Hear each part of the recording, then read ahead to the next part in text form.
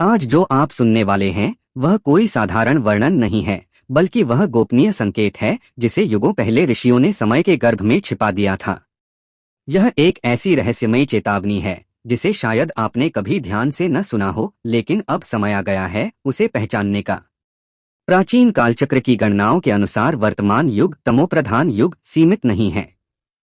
ऐसा कहा गया है कि जब अधर्म बढ़ेगा, जब मानव अपने हृदय की आवाज खो बैठेगा और न्याय और अन्याय की सीमाएं धुंधली पड़ने लगेंगी, तब युग धर्म अपने आप बदलने लगेगा।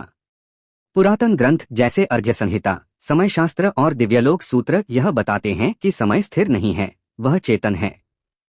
जब नीति के नाम पर कपट होने लगे और धर्म के रक्षक स्वयं अधर्मी बन जाएं, तो समय की गति सामान्य नहीं रहती, वह अपनी धारा बदल देता है। और यही समय अब हमारे समक्ष आ खड़ा हुआ है। वर्ष 2030 यह मात्र एक तिथि नहीं, बल्कि वह बिंदु है जहां से युग परिवर्तन की लहर प्रारंभ होती है। वैदिक चिंतन कहता है कि जब समय स्वयं को समेटने लगे तो समझो कि सृष्टि पुनः जागृत होने को है। हर युग के अंत से पहले काल अपने पंख फैलाता है। हाल ही में जो घटनाएं घटित हुई हैं, चाहे वे प्राकृतिक हों या मानसिक, वे किसी साधारण चक्र की नहीं, बल्कि एक गहन परिवर्तन की ओर संकेत करती हैं। 2025 का सावन, जिसने संसार के हर कोने में एक अद्वितीय दृश्य उत्पन्न किया, वह इंद्रधनुष की त्रिवेणी कोई सामान्य प्रकाश का खेल नहीं था। यह उस चेतना का चिन्ह था जिसे ब्रह्म पुराण में त्रिलोक चिन्ह कहा गया है। 3 समांतर इंद्रधनुषों का प्रकट होना, वह भी अलग अलग भूभागों में एक ही समय, यह कोई संयोग नहीं।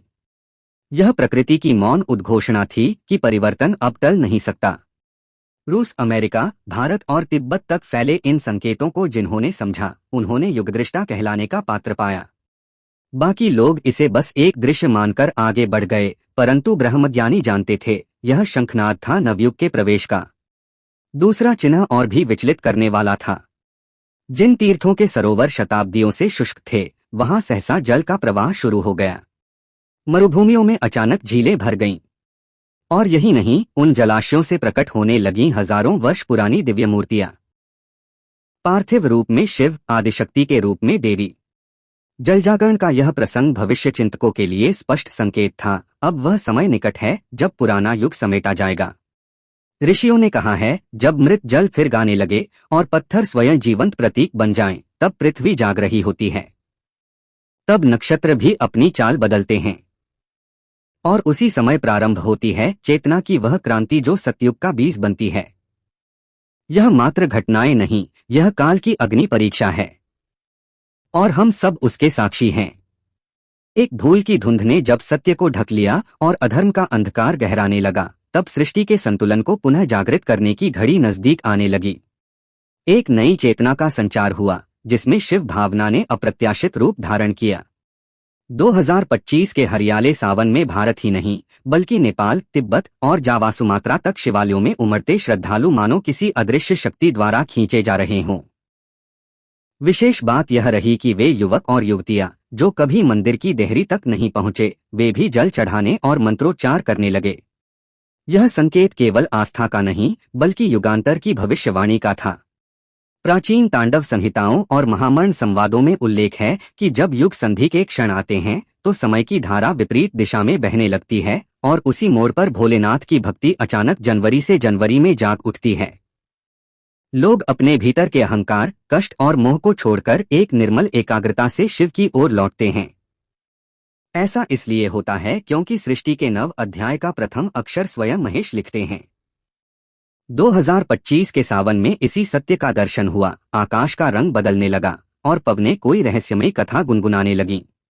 इस अद्भुत कालखंड में मौसमों ने अपनी पारंपरिक मर्यादा तोड़ दी। एक ही दिन में चौंकाने वाले परिवर्तन देखने को मिले। कभी भास्वर सूर्य का ताप, फिर भयंकर तूफान, अगले पल बर्फीली फुहारें और अंत में नीले आकाश से झरती विद्युत।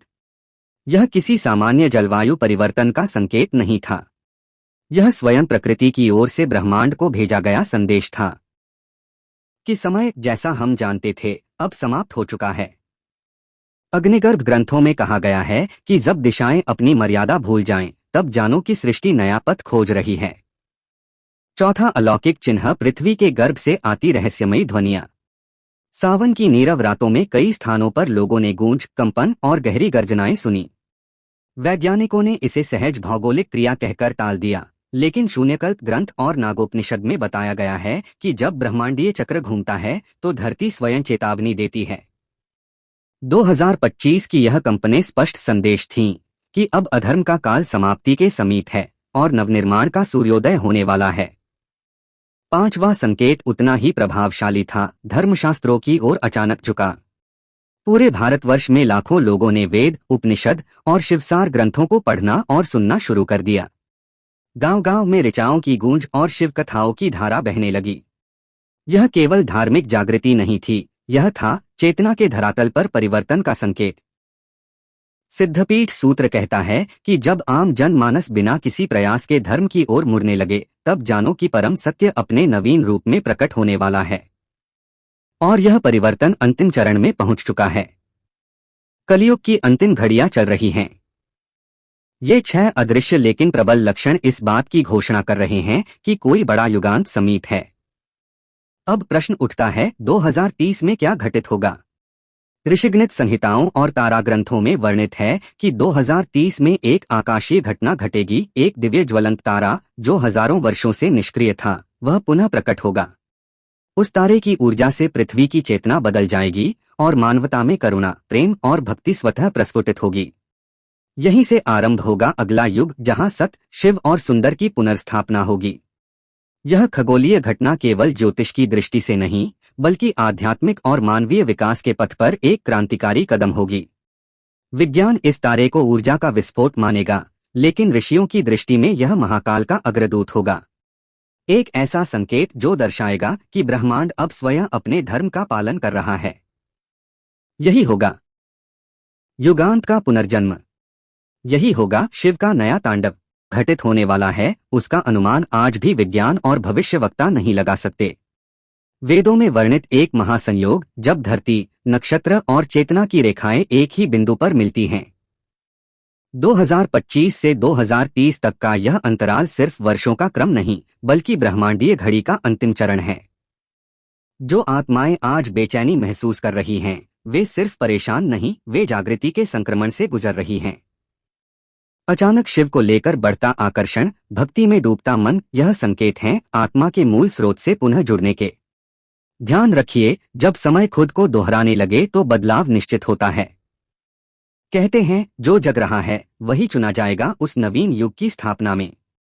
2030 के समीप जैसे जैसे पृथ्वी बढ़ेगी, वैसे वैसे आकाश में छिपा दिव्य संकेत प्रकट होने लगेगा। और यह बदलाव केवल मानव इतिहास नहीं, ब्रह्मांड की गति को भी प्रभावित करेगा। उस पल को महाविलय बिंदु कहा गया है, जब सब कुछ मौन होगा, सिवाय चेतना के। पुरातन ग्रंथों में वर्णित है एक दुर्लभ तारा, जिसे ध्रुव ज्योति या चेतनपुत्र कहा गया है। यह तारा नहीं कोई ग्रह है, नहीं तारा जैसा तुम्हारा विज्ञान समझता है, यह आत्मा का आकाशीय दीप है। जब यह प्रकट होगा, तब पृथ्वी के सभी जीवों की ऊर्जा एक साथ संतुलन में आ जाएगी। जिस दिन यह होगा, उस दिन धर्म और अधर्म का भार तुला पर आ जाएगा। काल की गति एकदम तीव्र होगी, जैसे ब्रह्मा का हृदय एक साथ धड़कने लगे। यह क्षण उस महासंधि जैसा होगा, जहां कलियुग का झुकाव नीचे की ओर शुरू हो जाएगा। तारा जब विशिष्ट राशि क्षेत्र में प्रवेश करेगा, तभी उसकी शक्ति ब्रह्मांड में कंपन पैदा करेगी। उस दिन न पंख फड़फड़ाएंगे, न वन बोलेगा, बस मौन की गर्जना होगी। यह काल संचार की पहली ध्वनि होगी, जो केवल आंतरिक रूप से जागे हुए साधक सुन पाएंगे। और उसी समय प्रारंभ होगा एक अद्भुत युग संधि, एक नए समय का उदय। क्या है यह कालचक्र? और क्यों होता है यह जागृत? यह कोई घड़ी नहीं, बल्कि स्वयं ब्रह्मा का प्रेरित विधान है, जो युगों के फेर को चलाता है।